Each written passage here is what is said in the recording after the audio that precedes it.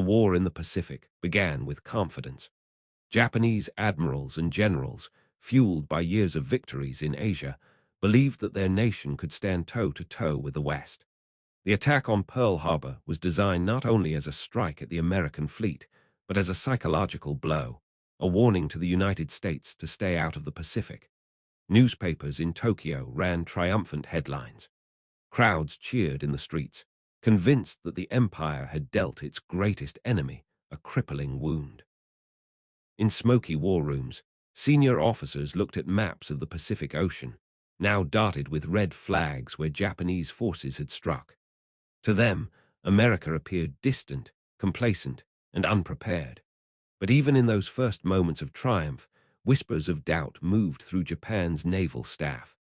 Admiral Isoroku Yamamoto, architect of the Pearl Harbor attack, had warned his government that war with the United States was a gamble. He knew what many of his colleagues refused to see. Japan's victories on the battlefield could not erase the numbers written in ledgers of steel and coal, oil and factories. Yamamoto had studied in America, walked its streets, visited its industrial heartland. He had seen factories in Detroit turning out cars by the thousands, shipyards in California launching vessels in weeks, and oil flowing in quantities Japan could only dream of. When asked about a war with America, he famously replied, "In the first 6 months, I will run wild, but after that, I make no promises." At first, his prediction proved true. From December 1941 through mid-1942, Japan's empire expanded at lightning speed. Manila fell. Singapore, considered an impregnable fortress, surrendered in humiliation.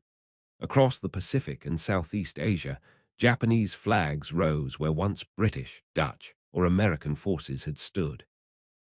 To Japanese civilians, the empire seemed unstoppable. Yet behind the headlines, Yamamoto watched with unease as American factories stirred awake. While Tokyo celebrated, Washington was already laying out production goals that seemed absurd, even impossible. By the end of the war, those goals would be surpassed. The contrast between the two nations was staggering. Japan's entire industrial capacity was dwarfed by the United States.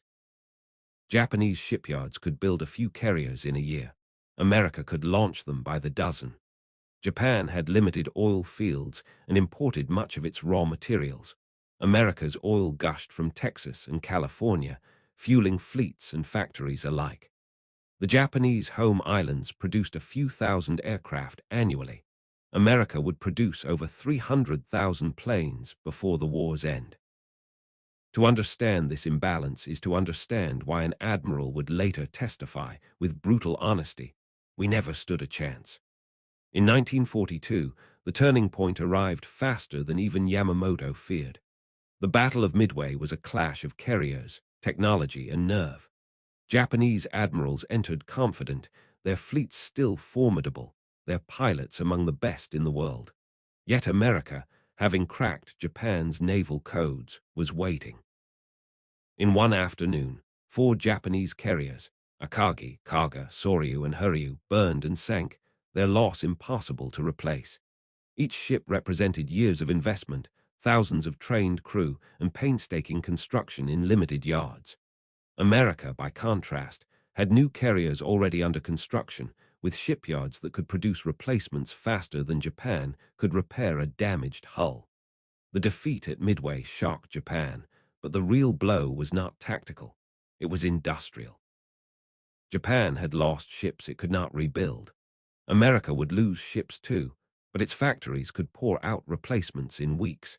By late 1942, the United States was launching Liberty ships every few days, freighters rolling off assembly lines like automobiles, bombers rolling out of plants in California, and tanks shipped to Europe and the Pacific alike.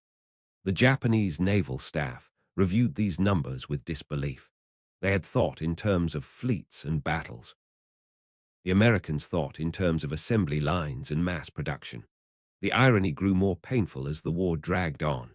Japanese soldiers on distant islands fought desperately, supplied by dwindling convoys, while American forces seemed endlessly reinforced. For every Japanese destroyer lost, America built 3 more.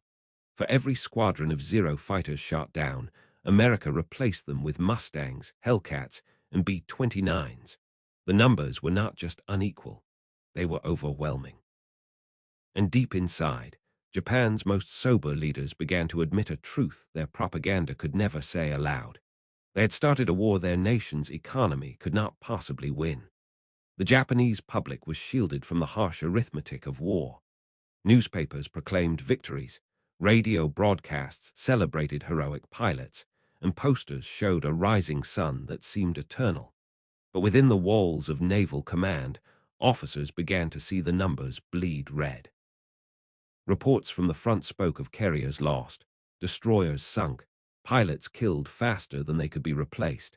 American submarines prowled the Pacific, sinking tankers and freighters, strangling Japan's already fragile supply lines. For every ton of shipping Japan lost, America built 10.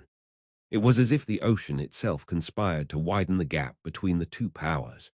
The United States did not just build ships, it created an entire logistical machine. The Liberty ship became a symbol of industrial might. Welded together instead of riveted, designed for speed of construction rather than elegance, these freighters rolled out of American shipyards in less than 2 months. By 1943, they were being launched at a rate of nearly 3 per day. Each one carried food, ammunition, fuel, and equipment not just to American troops, but to allies around the world. Britain survived because of them. The Soviet Union received tanks, planes, and raw materials carried by them. And in the Pacific, entire island-hopping campaigns were sustained by their cargo holds. Japan tried to answer with convoys of its own, but the math was cruel. It lacked the steel, the shipyards, and the oil to build at scale. By the end of 1943, American submarines had cut Japan's merchant fleet nearly in half. Factories on the home islands ran short of raw materials.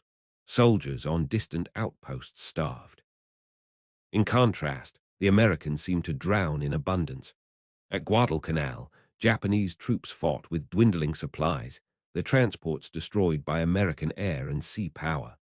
Across the lines, U.S. Marines received regular shipments of rations, ammunition, and reinforcements. The battle was not just a clash of men and machines, but of supply chains. The same imbalance unfolded in the skies. At the start of the war, Japan's Zero fighter was the terror of the Pacific. Its range, maneuverability, and the skill of its pilots made it dominant. Yet Japan's aircraft industry could not keep pace. It produced perhaps 10,000 planes per year, while America was producing that many every month. The Ford plant at Willow Run in Michigan rolled B-24 bombers off its assembly line at the rate of 1 per hour. Douglas, Boeing, and Grumman churned out aircraft in numbers no Japanese factory could imagine. By 1944, skies once ruled by the Zero were crowded with Hellcats, Corsairs, and B-29 superfortresses. Pilots tell the story best. Japanese veterans recalled watching waves of American aircraft blot out the sun, swarms so large they could not be counted. For every Japanese ace killed, another squadron of American pilots arrived, fresh from training schools that graduated thousands each month. In contrast, Japan's pilot training program collapsed under pressure. By 1944, raw recruits with only a few hours of flight time were sent into combat against veterans backed by an endless stream of machines. It was not bravery that decided the skies, but industry. On the seas, the disparity was just as brutal. After Midway, Japan could never catch up.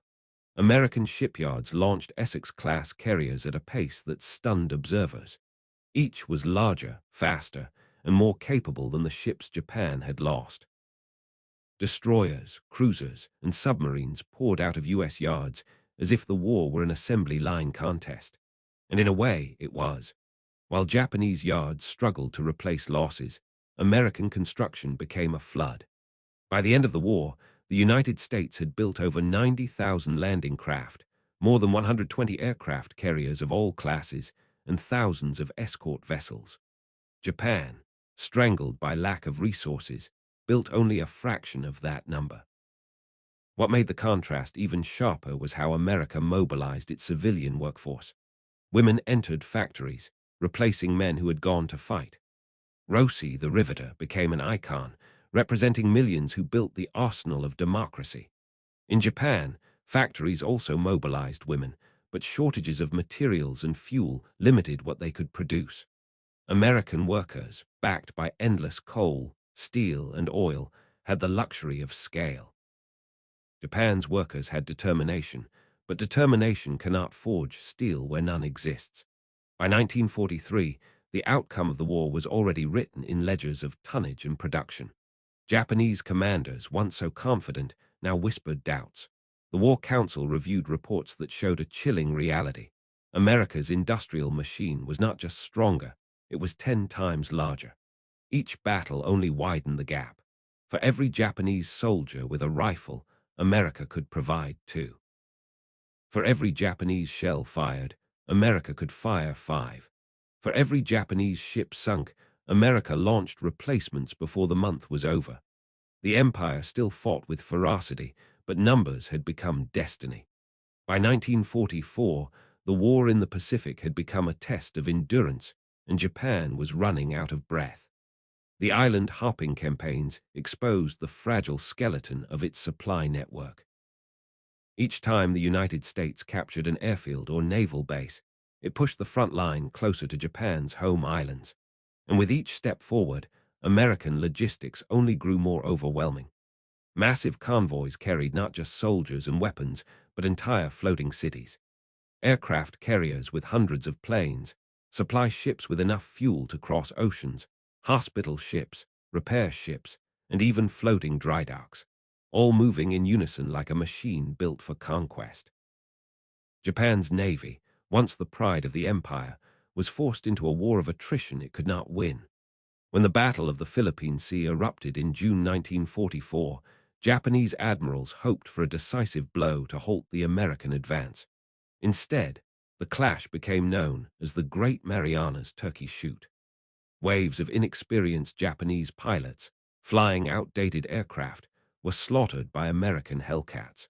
More than 300 Japanese planes were lost in a single day. The air groups that had once terrorized the Pacific were gone, and Japan lacked the industrial power to replace them. In contrast, American losses were minimal, and factories back home were already rolling out replacements. This imbalance was not lost on Japan's high command. One admiral remarked bitterly that every American carrier destroyed seemed to bring 2 more into the fight. It was as though the enemy had an endless supply of ships, aircraft, and men. And in truth, they nearly did. By 1944, America's shipyards were launching carriers faster than Japan could build cruisers. Tank factories in Detroit produced more armored vehicles than Japan's entire empire could dream of. The flood of material turned each battle into a lopsided contest. Bravery against abundance, desperation against machinery. The Philippines became the stage for this contrast. When General MacArthur returned to Leyte in October 1944, he did so under the protection of the largest naval force ever assembled. Hundreds of ships bombarded Japanese positions, while waves of aircraft swept the skies. Japan threw everything it had left into the fight, culminating in the Battle of Leyte Gulf. It was the largest naval battle in history, and it ended in disaster for the empire. 4 Japanese carriers, 9 cruisers, and a dozen destroyers were lost. More devastating than the losses themselves was the reality behind them. America could replace every ship lost in the battle. Japan could not replace even one. The kamikaze attacks that followed were born of this desperation. Lacking the resources to build fleets or train pilots in sufficient numbers, Japan turned to sacrifice. Young men volunteered, or were pressured, to fly their planes directly into American ships, believing their deaths might slow the tide. And for a moment, the tactic brought terror. Dozens of U.S. vessels were struck, sailors killed, decks torn apart by fire and steel. But in the larger scope, even kamikaze attacks could not stop America's momentum. For every ship damaged, another arrived to take its place. For every sailor killed, reinforcements were already en route. The strategy was tragic, but it was not enough. Back in Tokyo, the government continued to feed the public dreams of victory, but within naval meetings the tone had changed. Admiral after admiral admitted privately that the war was unwinnable. Some pointed to Yamamoto's old warnings. America's industrial base was too vast, its oil fields too plentiful, its workers too numerous. Even if every Japanese soldier fought to the last breath, the factories across the ocean would simply build more weapons. One admiral, years later, would testify before American interrogators that Japan had known the truth all along. They had 10 times our capacity. We never stood a chance. The home front revealed the disparity in everyday life. In the United States, rationing limited luxuries, but shelves still carried food. Families still drove cars, workers still collected wages, and children still played in backyards. In Japan, cities endured blackouts, food shortages, and air raids. Rice became scarce. Civilians collected scrap metal, melted pots and pans, and built bamboo spears as if they could turn the tide of war. Industry collapsed under the weight of shortages. American bombers, flying from newly captured islands, pounded factories, shipyards, and railways. Each month, Japan's capacity shrank further. The empire that had once looked outward with ambition now struggled to feed its own people. The balance of power was not measured in courage alone. Japanese soldiers still fought with ferocity on islands like Saipan and Iwo Jima, but courage could not refill empty fuel tanks or replace sunken ships. For every Japanese stronghold, America brought overwhelming firepower, waves of artillery, fleets of ships, skies filled with bombers.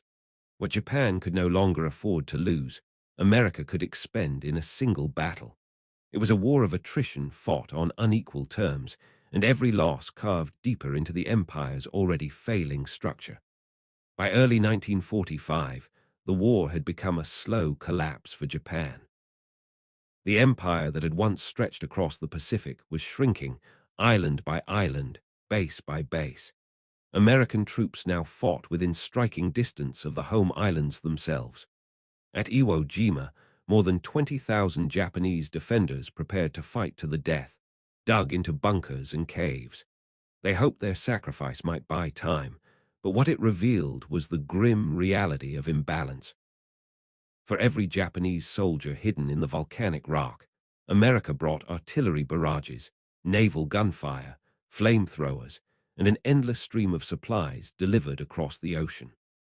The battle lasted weeks, with horrific losses on both sides, but when the island fell, American bombers gained a stepping stone to strike Japan directly. While Japanese families endured nightly air raid sirens, across the Pacific American families saw headlines about production milestones. New bombers rolling off the line, new ships joining the fleet, new weapons being tested. For Japan, every destroyed factory was a blow that could not be repaired. For America, every lost ship or damaged plane was simply an order to the factories, which delivered replacements in weeks. The war had become not just a clash of armies, but a contest of factories, assembly lines, and resources. And in that contest, Japan was hopelessly outmatched. The Battle of Okinawa underscored the hopelessness. It was the last and bloodiest battle of the Pacific, a preview of what an invasion of Japan's home islands might look like. Japanese commanders threw everything into the defense, dug in troops, kamikaze waves, and civilians pressed into service. More than 100,000 Japanese soldiers and civilians died in the struggle. Yet, even as American ships were struck by suicide planes, reinforcements continued to arrive. Convoys of supply trucks rolled onto the island, carrying food, ammunition, and medical supplies. What Japan considered its last stand became another display of America's industrial power. In Tokyo, leadership clung to the hope of negotiation, but the numbers told a different story. American B-29 bombers now roamed the skies unchecked, burning cities to the ground. The firebombing of Tokyo in March 1945 killed more than 100,000 civilians in a single night, with entire neighborhoods reduced to ashes. The raids continued, targeting industrial plants and transportation hubs, leaving Japan's economy in ruins. Coal shipments fell, steel output plummeted, and oil was nearly non-existent. Factories that had once produced aircraft were now rubble. In contrast, America's production peaked, with assembly lines working day and night to supply not just the Pacific War but also Europe. The contrast extended beyond weapons to sheer manpower. The United States trained and deployed millions of soldiers across two oceans. Its allies were supplied with American-made weapons, uniforms, and vehicles. Japan, isolated and starved, could no longer equip even its own troops adequately. Soldiers fought with dwindling ammunition, sometimes with rifles decades old, or with bamboo spears in place of firearms. Children drilled in schoolyards with wooden weapons, while their parents salvaged scrap metal in the hope of building one more plane or ship. It was a desperate, heartbreaking attempt to fight a war that had already been lost in the factories. Even as Japan's leaders continued to demand sacrifice, some naval officers spoke quietly of the truth. They remembered Yamamoto's warnings, remembered the industrial cities of America they had seen before the war, and knew the outcome had been inevitable. One admiral later admitted that by 1943, Japan's fate was sealed. The empire could not outproduce, outbuild, or outlast an opponent that had 10 times its capacity. Each battle only delayed the inevitable. Courage, they learned, could not substitute for oil. Bravery could not replace steel. As the war neared its end, desperation turned to resignation. Japan's last hopes were pinned on defending the home islands with every man, woman, and child. But even that grim vision was built on a crumbling foundation. With every passing month, American factories produced more ships, more planes, more bombs than Japan could resist. The tide had turned long ago. Now it was simply washing away the remnants of an empire that had gambled against industrial might and lost. In the summer of 1945, Japan stood on the edge of collapse. The empire that had once boasted of invincibility was now reduced to ashes and hunger. Cities lay in ruins from relentless bombing campaigns. Osaka, Nagoya, Tokyo, Yokohama, all had been firebombed into blackened wastelands. Factories no longer roared with production, they smoldered. Trains no longer carried steel or coal, they were twisted wrecks along shattered rail lines. The Japanese people lived in constant fear, huddling in shelters as bombers passed overhead, their once proud nation reduced to survival. Meanwhile, across the ocean, America's factories hummed with unmatched power. Detroit, Pittsburgh, Seattle, Los Angeles, cities that once built cars, appliances, or consumer goods now produced tanks, bombers, and aircraft carriers in staggering numbers. The arsenal of democracy was not only supplying America's armies, but also equipping Britain, Russia, and countless allies. Japan had once believed that it could win a quick war before the American giant could awaken. Instead, that giant had risen faster than anyone imagined, and by 1945, it had become unstoppable. The numbers tell the story most brutally. By the end of the war, the United States had produced over 300,000 aircraft, compared to Japan's 70,000. America built 88,000 tanks, Japan fewer than 2,500. In naval strength, the difference was even more dramatic. America launched more than 120 aircraft carriers of all types, while Japan managed fewer than 25. For every Japanese ship sunk, 5 American replacements appeared. For every Japanese pilot killed, American flight schools graduated hundreds more. It was not simply an imbalance. It was a tidal wave that swallowed the empire whole. On the ground, the consequences were devastating. Japanese soldiers in China, Burma, and the Pacific Islands often found themselves cut off, their supply lines strangled by American submarines and aircraft. Starvation became a weapon as much as bullets or bombs. Soldiers on isolated garrisons were reduced to eating roots, insects, and whatever they could scavenge. Some units never received orders again, their radios destroyed, their ships sunk, their commanders dead. They fought on in silence, forgotten by Tokyo, while across the ocean America delivered entire armies to distant shores, each supplied with fresh uniforms, canned rations, cigarettes, and chocolate bars. The difference was not just strategic, it was human. As the Allies closed in on Japan's home islands, leaders in Tokyo faced impossible choices.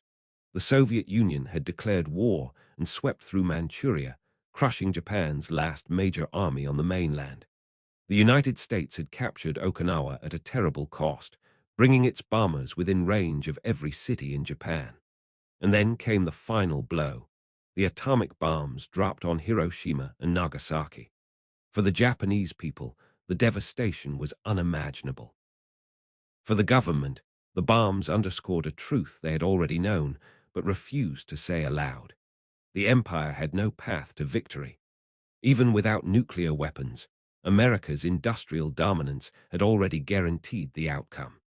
When Japan finally surrendered in August 1945, it did so in acknowledgement not only of the destruction wrought by bombs, but of the overwhelming weight of production and logistics. At the surrender ceremony aboard the USS Missouri, Japanese officers signed the documents with heavy silence. Behind them loomed rows of American battleships, cruisers, and carriers, each a symbol of the industrial might they could never match. An admiral would later testify with stark honesty. The United States had 10 times our industrial capacity. We never stood a chance. It was not a statement of shame, but of reality. For the American public, victory was celebrated with parades, music, and tears. Factories that had produced weapons turned back to civilian goods. Workers who had built tanks and planes returned to building cars and homes. The nation's industrial machine shifted seamlessly from war to peace, proof of its resilience. In Japan, the aftermath was far bleaker. Cities had to be rebuilt from rubble, industries restarted from scratch, and a society rebuilt on the painful lesson that no amount of courage could overcome the weight of steel, oil, and factories. The legacy of that imbalance became a lesson for the world. Wars, generals realized, are not won only on battlefields. They are won in shipyards and factories, in coal mines and oil fields, in assembly lines and logistics chains. Japan's soldiers had fought with extraordinary bravery, but bravery could not overcome hunger. Admirals had commanded with skill, but skill could not fuel carriers. The empire's ambition had collided with arithmetic, and arithmetic had prevailed.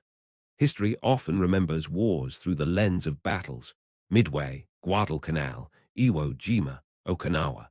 But behind those names lies a quieter truth. Wars are sustained by the ability to keep fighting. In that measure, Japan was defeated before its armies ever marched. Its leaders gambled that early victories would force America to negotiate, but they underestimated a nation whose factories could turn blueprints into fleets, whose workers could transform steel into ships faster than bombs could sink them. Admiral Yamamoto, the strategist behind Pearl Harbor, had warned his government. He knew America's factories and shipyards. He had studied its oil fields and railways. His warning was prophetic. In the first 6 months, I will run wild. After that, I can promise nothing. His words became the war's epitaph. Japan did run wild, seizing vast territories, but once America's machine roared to life, the tide turned inexorably. By the time the empire faced defeat, even its admirals admitted the truth. They had faced an enemy with 10 times the capacity, and no strategy, however bold, could close that gap. In the end, the story of Japan's war is not only about courage or tragedy, it is about the cold arithmetic of industry. Battleships may dominate headlines, but it is the quiet hum of factories that decides empires. For Japan, that hum was across the ocean, in America's steel mills and assembly lines, and it grew louder with every passing month. Against that sound, the rising sun finally set.